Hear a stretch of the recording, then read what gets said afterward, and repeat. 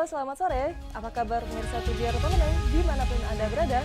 Berjumpa lagi dalam program TVR 17 bersama saya, Dika Rizka.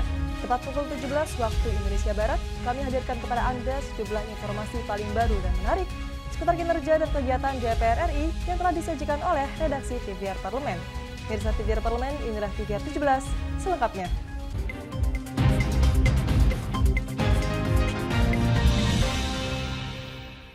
Pemirsa, guna mewujudkan parlemen modern dan transparan, Sekretaris Jenderal DPR RI mendorong seluruh pegawai di lingkungan Sekretariat Jenderal DPR RI untuk meningkatkan inovasi dan kinerjanya dalam memberikan pelayanan kepada lembaga. Sekretaris Jenderal DPR RI Indra Iskandar berharap inovasi terus dilakukan seluruh pejabat dan pegawai di lingkungan Sekretariat Jenderal DPR RI dalam memberikan pelayanan terbaik bagi Dewan. Menuju terwujudnya parlemen modern dan transparan, Indra mendorong seluruh pegawai di lingkungan Setjen DPR RI untuk terus mempermudah pekerjaan, terlebih dengan perkembangan teknologi digital saat ini. Khususnya ASN di Setjen DPR ini berada di lingkungan strategik yang sangat membutuhkan kemampuan dan kompetensi yang tinggi. Jadi kualifikasi mereka ini akan terus dievaluasi, dan salah satunya adalah bagaimana kemampuan berinovasi. Berinovasi ada artinya menggunakan cara-cara yang lebih sederhana, cara-cara yang lebih mudah, jika mungkin memang cara-cara dengan menggunakan dukungan digital untuk mempermudah kerja. Sementara itu, Kepala Bagian Perjalanan Dedi Bagus Prakasa sebagai salah satu pejabat pengawas yang baru dilantik berharap dapat menjalankan amanah dengan sebaik-baiknya dalam memberikan pelayanan maksimal kepada lembaga. Nah, tadi sebagaimana yang disampaikan oleh Pak Sekjen menitipkan pesan untuk mengurangi atau bahkan menghilangkan temuan-temuan BPK yang ada selama ini, dan itu merupakan tantangan tersendiri. Saya berharap dengan adanya amanah baru ini, saya bisa melaksanakan apa yang diharapkan oleh pimpinan. Oki Zulindra, Syamsul Fajri, TVR Parlemen melaporkan. Guna memberantas segala aktivitas perjudian online, Komisi 1 DPR RI berharap adanya klausul larangan menayangkan segala unsur perjudian dalam revisi Undang-Undang Informasi dan Transaksi Elektronik atau ITE. Munculnya temuan transaksi senilai 81 triliun rupiah dalam situs judi online menunjukkan kasus judi online di Indonesia semakin mengkhawatirkan. Untuk itu, melalui revisi Undang-Undang ITE, DPR RI akan melarang secara tegas praktik judi online dalam bentuk apapun. Anggota Komisi 1 DPR RI Yuniko Siahaan menilai kasus judi online harus disanksi secara pidana. Menurutnya, sanksi administratif berupa pemblokiran status tidak efektif karena pelaku akan kembali membuat situs judi online dengan nama yang berbeda. Jadi kalau mereka disinyalir gitu dengan sengaja membiarkan situsnya dibobol dan kemudian dipasang iklan judi online atau apapun yang bisa dipakai untuk mengakses judi online, ya pemerintah harus dengan tegas melakukan sanksi, bukan hanya administratif tapi masuk ke sanksi pidana. Nah gitu, kalau sanksi administratif kan peringatan 1, peringatan 2 ditutup. Tapi kan nanti kalau ditutup bisa dibangun lagi dengan nama yang sedikit berbeda, dibuka lagi. Harus ada aturan yang keras. Nah ini sedang kita bahas di Undang-Undang ITE juga. Ada pasal yang secara spesifik meletakkan dilarang kepada setiap penyelenggara sistem elektronik untuk menayangkan pornografi dan judi online, perjudian. Saat ini, Indonesia memasuki darurat perjudian online. Akibat tingginya perputaran uang dalam judi online, pemerintah dan DPR RI didorong segera mengeluarkan aturan hukum yang tegas guna memberantas segala aktivitas perjudian online. Ken dan Edo, TVR Parlemen, melaporkan. Pimpinan DPR RI berharap pergantian pimpinan Komisi 4 DPR RI dapat mempercepat penyelesaian perubahan iklim serta El Nino yang dikhawatirkan berdampak pada ketahanan pangan nasional. Wakil Ketua DPR RI Ludwig Friedrich Paulus menetapkan Budi Setiawan menjadi Wakil Ketua Komisi 4 DPR RI menggantikan Deddy Mulyadi. Pergantian ini diharapkan mendorong peningkatan kinerja organisasi. Ludwig Paulus mengatakan pimpinan Komisi 4 DPR RI yang baru harus memprioritaskan penyelesaian persoalan perubahan iklim serta El Nino yang diperkirakan terjadi sampai September. Ia berpendapat hal ini berdampak pada ketahanan pangan nasional. Nah, salah satu yang tentunya harus kita bangun masalah ketahanan pangan, lumbung-lumbung pangan kita. Nah, ini harus dibangun walaupun ada kendala ya. Pak Jokowi sudah sampaikan tidak mudah memang ya. Contoh sekarang El Nino ya. Sekarang kita berbicara kekeringan ya. Tentunya bagaimana sumber daya air ini bisa terus kita pertahankan dan kita sebarkan ya. Dan tentunya ada daerah-daerah yang memang katakan irigasi pasti mengering. Nah, itu menjadi tantangan sendiri ya. Kenapa juga program-program kita membangun katakan bendungan-bendungan itu menjadi sangat penting. Jadi harapan saya Komisi 4 sebagai motor dari DPR RI ini untuk menggerakkan katakan masalah pertanian, peternakan dan kelautan itu bisa berfungsi dengan baik. Pada penetapan pimpinan Komisi 4 DPR RI yang baru juga dihadiri oleh Ketua Komisi 4 DPR RI Sudin, pimpinan Komisi 4 dan anggota Komisi 4 DPR RI lainnya. Komisi 4 DPR RI juga berkomitmen menjadikan persoalan food estate sebagai prioritas. Arif dan Ade, TVR Parlemen, melaporkan. Pemirsa, pemerintah resmi mengusulkan revisi Undang-Undang Nomor 3 tentang Ibu Kota Negara atau IKN kepada Komisi 2 DPR RI. Informasinya akan kami hadirkan sesaat lagi. Untuk itu tetaplah di TVR 17. Mengenal tugas dan fungsi DPR RI. Dewan Perwakilan Rakyat atau DPR adalah lembaga negara yang mewakili aspirasi rakyat. Kehadiran DPR RI merupakan salah satu bukti bahwa Indonesia merupakan negara demokrasi. Sebagai salah satu lembaga perwakilan rakyat, apa saja tugas dan fungsi yang diemban DPR RI? Berdasarkan pasal 20A ayat 1 Undang-Undang Dasar 1945, DPR memiliki 3 fungsi, yakni fungsi legislasi, anggaran, dan pengawasan.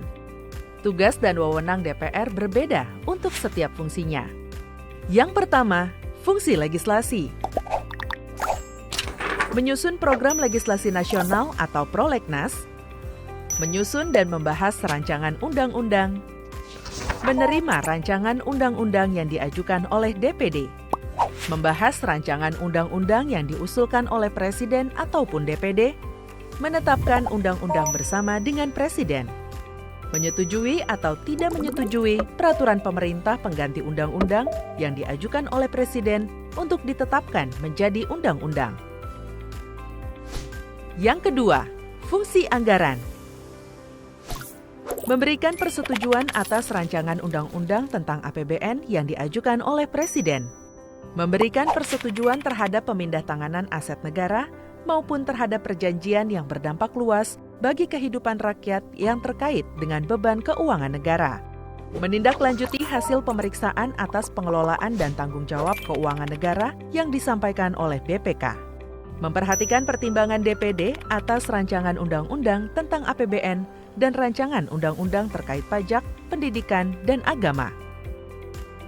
Yang ketiga, fungsi pengawasan.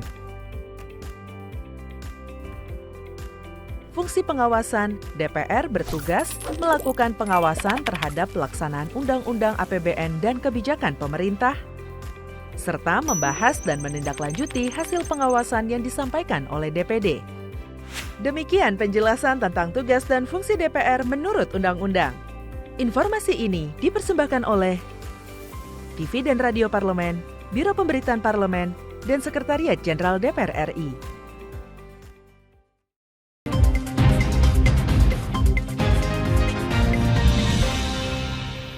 Anda kembali bersama kami di TVR 17. Komisi 2 DPR RI bersama pemerintah secara resmi telah sepakat membentuk Panitia Kerja atau Panja revisi Undang-Undang Nomor 3 tentang Ibu Kota Negara atau Undang-Undang IKN Nusantara. DPR RI mengungkapkan draft revisi Undang-Undang IKN yang akan dibahas dalam Panja salah satunya bertujuan untuk menciptakan iklim investasi yang lebih kondusif dan baik untuk kemudian dapat mendatangkan investor. Revisi Undang-Undang IKN diharapkan dapat memberikan kepastian hukum atas keberlanjutan kegiatan 4P, yaitu persiapan, pembangunan, pemindahan ibu kota negara, dan juga penyelenggaraan pemerintah daerah khusus, serta pengaturan dalam rangka percepatan pembangunan di IKN. Untuk mengetahui informasi selengkapnya, mari kita simak laporan mendalam yang telah dihimpun oleh tim redaksi TVR Parlemen dalam segmen editorial Parlemen berikut ini.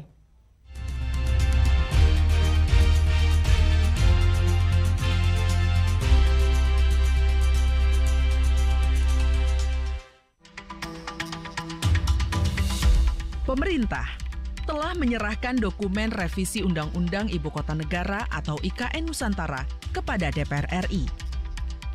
Ada 9 pokok perubahan yang diusulkan pemerintah untuk memastikan pembangunan dan pemindahan ibu kota sesuai rencana. Dan sebagai jaminan keberlanjutan pembangunan IKN untuk meyakinkan para investor. Pemerintah menyebutkan ada 5 tahapan pembangunan IKN yang berlangsung hingga 2045. Di antaranya, pembangunan dan operasi infrastruktur dasar, pemindahan ASN termasuk TNI dan Polri, serta inisiasi sektor ekonomi prioritas.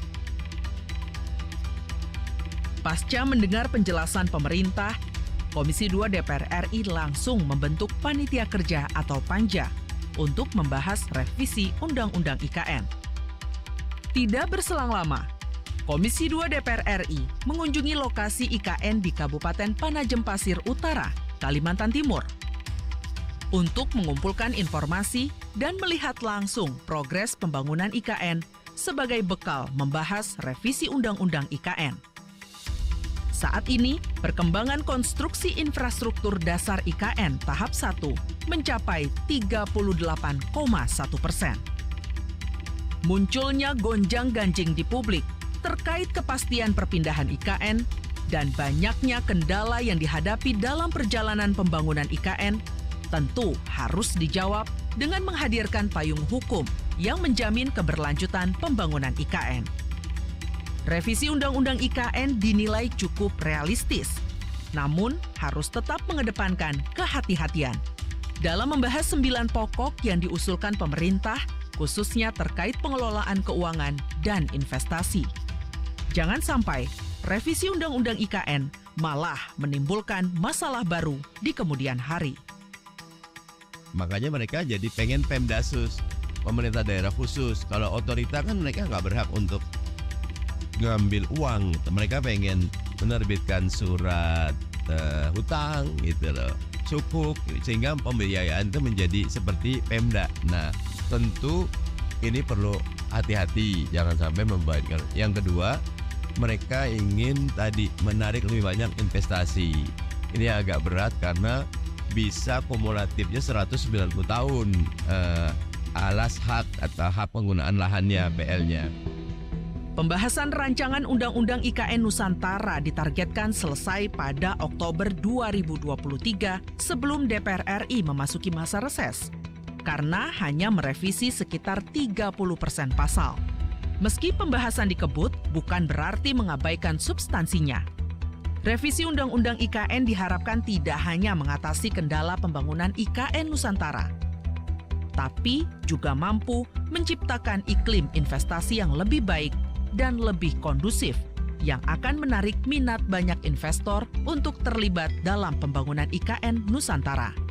Di sisi lain, kebijakan insentif daerah perlu didorong dalam revisi Undang-Undang IKN agar tercipta pemerataan pembangunan di lokasi IKN sekaligus mengurangi ketergantungan pembangunan IKN Nusantara pada APBN.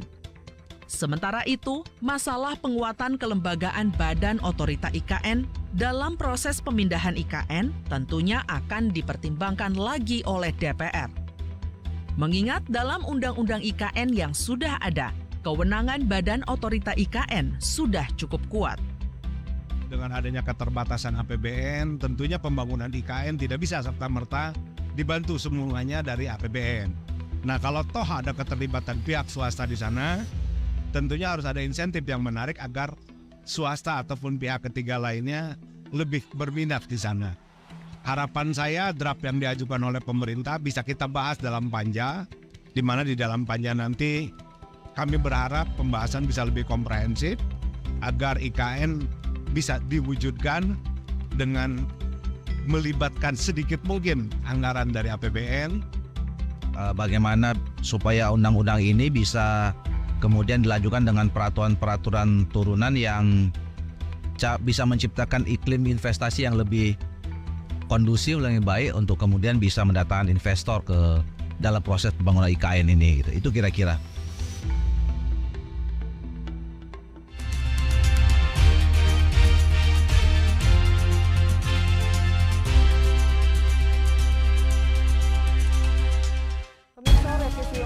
ITE dilatar belakangi dengan adanya aspirasi dari berbagai elemen masyarakat, terutama terkait norma dan hak dalam penyampaian pendapat dan berekspresi di media online. Saksikan informasi selengkapnya, untuk itu jangan kemana-mana, tetaplah bersama kami di TVR 17.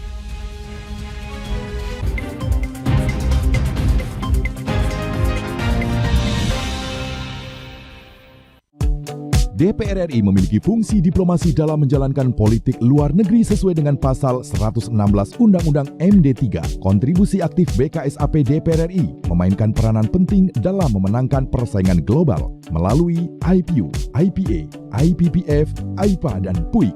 BKSAP memiliki komitmen yang tinggi dalam krisis kemanusiaan dunia. Fungsi diplomasi dijalankan untuk mendukung upaya pemerintah dalam melaksanakan politik luar negeri.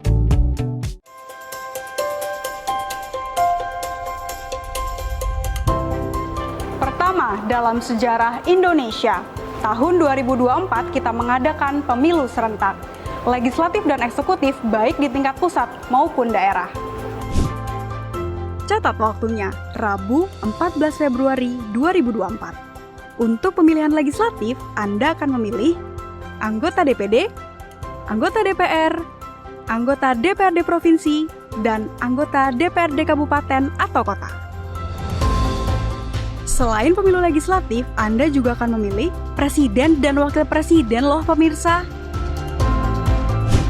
Di bulan November, tepatnya Rabu 27 November 2024, juga akan diadakan pemilihan kepala daerah atau pilkada serentak.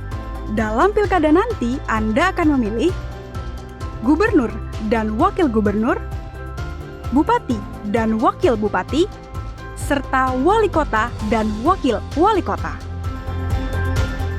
Nah, pemirsa sudah tahu kan waktunya? Kini saatnya Anda untuk mempersiapkan diri. Kenali calon-calon wakil rakyat dan pemimpin Anda dengan baik.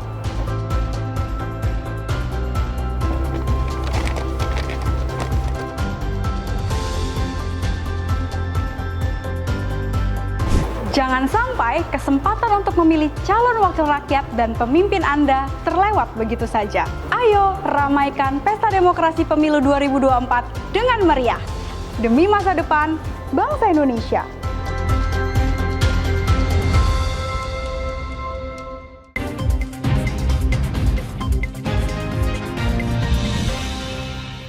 Pemirsa, Anda kembali di TVR 17. Komisi 1 DPR RI saat ini tengah melakukan pembahasan rancangan undang-undang pembahasan kedua atas Undang-Undang Nomor 11 Tahun 2008 tentang informasi dan transaksi elektronik atau Undang-Undang ITE.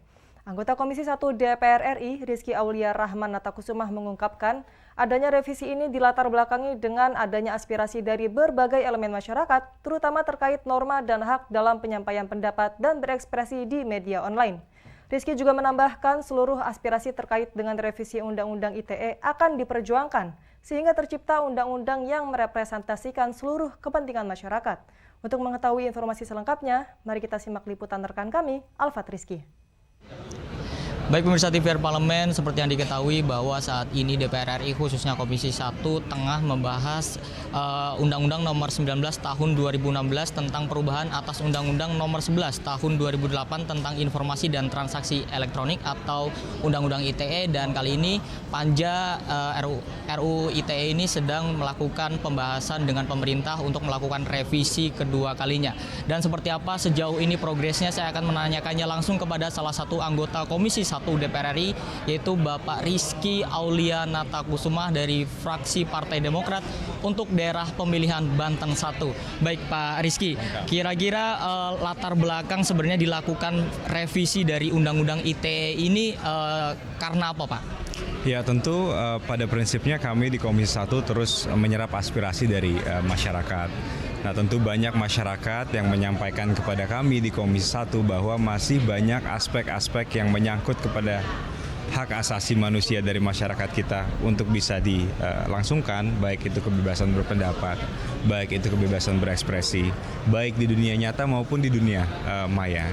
Nah tentu jika ada masukan dari masyarakat yang datang kepada kami untuk bagaimana kita bisa terus menyempurnakan Undang-Undang ITE ini yang mengatur norma-norma penyampaian dan juga hak-hak berpendapat dan berekspresi di dunia online, tentu kami akan selalu dengarkan. Kita masuk ke pembahasan jilid 2 perubahan Undang-Undang ITE. Tentu banyak aspirasi yang masuk ke kami di Komisi 1 yang kami akan terus perjuangkan. Sifatnya sebenarnya sudah banyak sekali yang dibahas, tapi tentu aspirasi dari masyarakat yang datang kepada kami di Komisi 1 akan terus berlangsung dan ini yang kita akan terus perjuangkan. Baik, Pak Rizky, kalau berdasarkan informasi yang saya dapatkan bahwa BSSN ini juga memiliki usulan bahwa BSSN ini meminta adanya penyidik pegawai negeri sipil atau PPNS. Nah itu seperti apa Pak sejauh ini progresnya Pak? Ya tentu itu BSSN memiliki tupoksinya sendiri. Nah salah satu kekosongan atau ada salah satu vakum di mana harus bisa diisi oleh DPR dan juga pemerintah terkait dengan keamanan data, terkait dengan keamanan ruang siber yang juga menyangkut sebagian aspek dari Undang-Undang ITE ini sebenarnya adalah rancangan Undang-Undang Cyber Security atau keamanan siber, di mana BSSN sebenarnya belum mempunyai payung hukum yang jelas. Mereka sering menyampaikan keluhannya kepada kami di Komisi 1, tapi terkait dengan tupoksi yang bisa dijalankan secara langsung saat ini, termasuk scanning atau pendataan terkait dengan data-data instansi dan lain sebagainya, ini yang perlu dikerjakan oleh BSSN lebih baik dan tentu dalam fungsi pengawasan kami akan terus bicarakan dengan BSSN itu sendiri.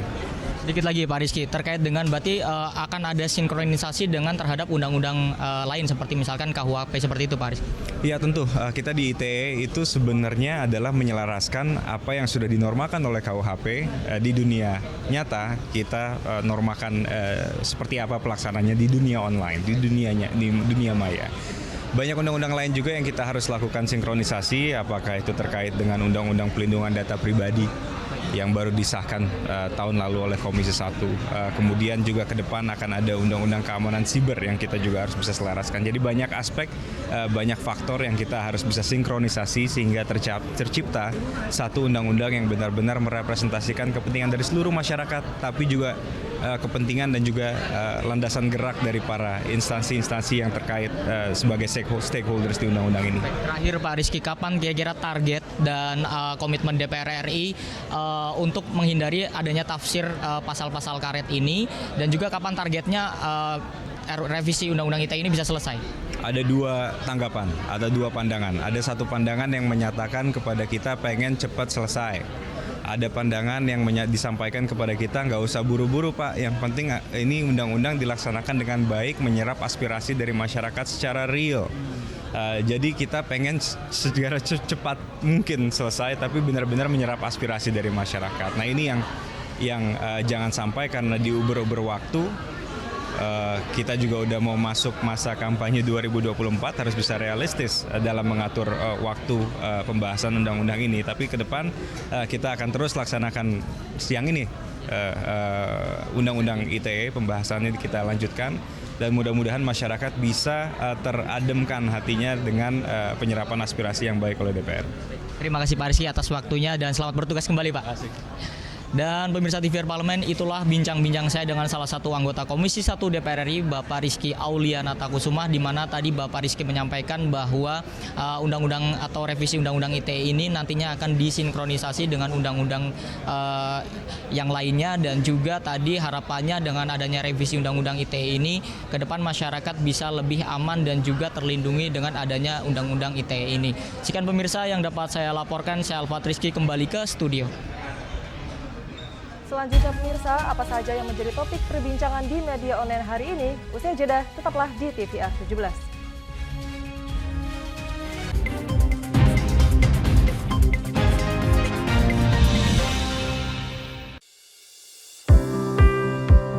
Mengenal tugas dan fungsi DPR RI.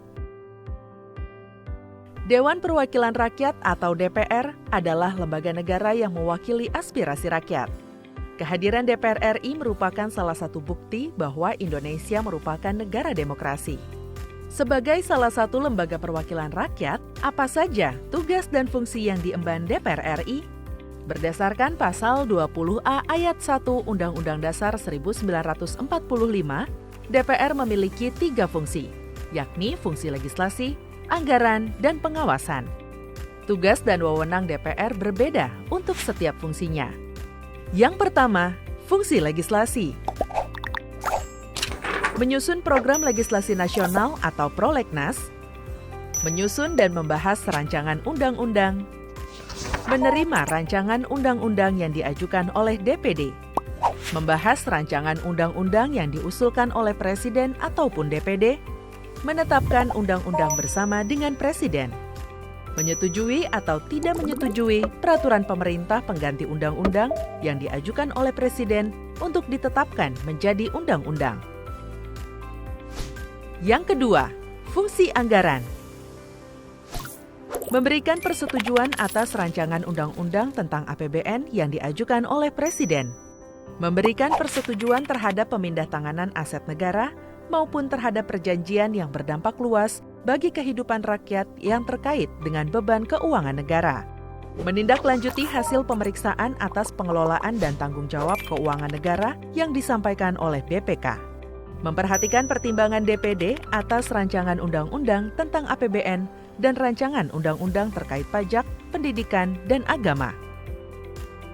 Yang ketiga, fungsi pengawasan. Fungsi pengawasan, DPR bertugas melakukan pengawasan terhadap pelaksanaan Undang-Undang APBN dan kebijakan pemerintah, serta membahas dan menindaklanjuti hasil pengawasan yang disampaikan oleh DPD. Demikian penjelasan tentang tugas dan fungsi DPR menurut Undang-Undang. Informasi ini dipersembahkan oleh TV dan Radio Parlemen, Biro Pemberitaan Parlemen, dan Sekretariat Jenderal DPR RI.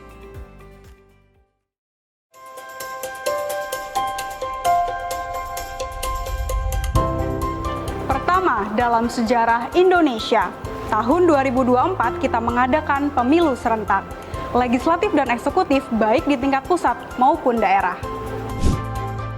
Catat waktunya, Rabu 14 Februari 2024. Untuk pemilihan legislatif, Anda akan memilih anggota DPD, anggota DPR, anggota DPRD Provinsi, dan anggota DPRD Kabupaten atau Kota.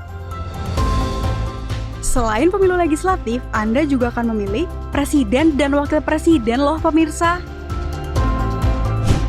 Di bulan November, tepatnya Rabu 27 November 2024, juga akan diadakan pemilihan kepala daerah atau pilkada serentak. Dalam pilkada nanti, Anda akan memilih gubernur dan wakil gubernur, bupati dan wakil bupati, serta wali kota dan wakil wali kota. Nah, pemirsa sudah tahu kan waktunya? Kini saatnya Anda untuk mempersiapkan diri.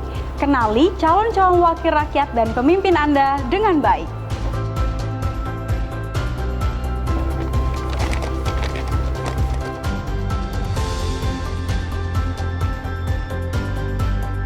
Jangan sampai kesempatan untuk memilih calon wakil rakyat dan pemimpin Anda terlewat begitu saja. Ayo ramaikan pesta demokrasi pemilu 2024 dengan meriah. Demi masa depan bangsa Indonesia.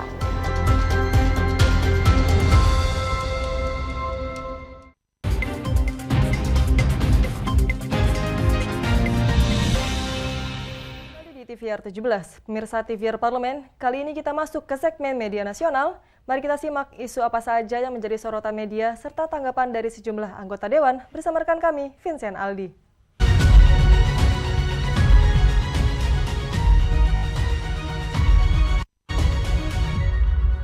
Terima kasih rekan Diva, dan apa kabar pemirsa? Kembali lagi dalam segmen Media Online bersama saya Vincent Aldi. Dan kita akan menuju ke berita yang pertama. Berita pertama yang menjadi headline di media online yaitu DPR RI dan pemerintah sepakati asumsi dasar makro RAPBN 2024. Dapat pemirsa saksikan di layar kaca Anda pemirsa beberapa media yang menyoroti mengenai Komisi 11 DPR RI dalam rapat kerja dengan Menteri Keuangan RI, Kepala Bappenas, Gubernur BI, Ketua Dewan Komisioner OJK, dan Kepala Badan Pusat Statistik menyepakati asumsi dasar ekonomi makro dalam RAPBN 2024. Ketua Komisi 11 DPR RI, Kahar Muzakir, mengungkapkan melalui rapat kerja tersebut telah disepakati asumsi dasar ekonomi makro RAPBN 2024 dengan target pertumbuhan ekonomi 5,2% secara tahunan dengan inflasi 2,8%. Dan kemudian nilai tukar rupiah ditargetkan Rp15.000 serta suku bunga surat utang negara 10 tahun 6,7%. Selain itu pemirsa, sesuai usulan awal Bappenas disepakati tingkat pengangguran terbuka dalam RAPBN 2024 di kisaran 5,0 hingga 5,7%. Dan tingkat kemiskinan 6,5 hingga 7,5%, dan tingkat kemiskinan ekstrim ditekan di kisaran 0 sampai 1%.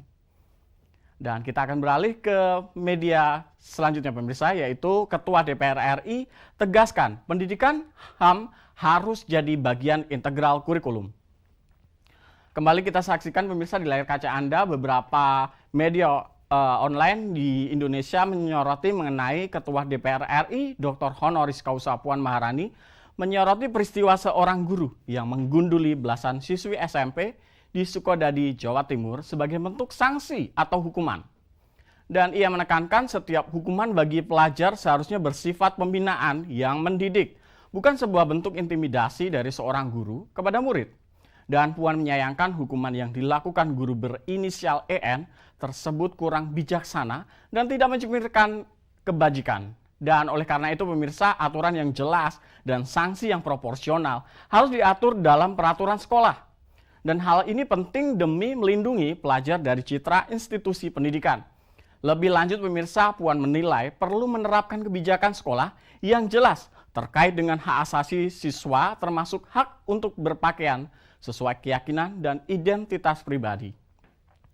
Dan maka dari itu pemirsa, dirinya juga berharap adanya evaluasi berkala guna memastikan lingkungan pendidikan menjadi ruang tumbuh dan berkembang dengan penuh rasa aman, hormat, dan merdeka. Dan itu tadi pemirsa headline di media online pada hari ini terkait DPR RI dan pemerintah sepakati asumsi dasar makro RAPBN 2024 serta Ketua DPR RI yang menegaskan pendidikan HAM harus jadi bagian integral kurikulum. Kembali ke rekan Diva.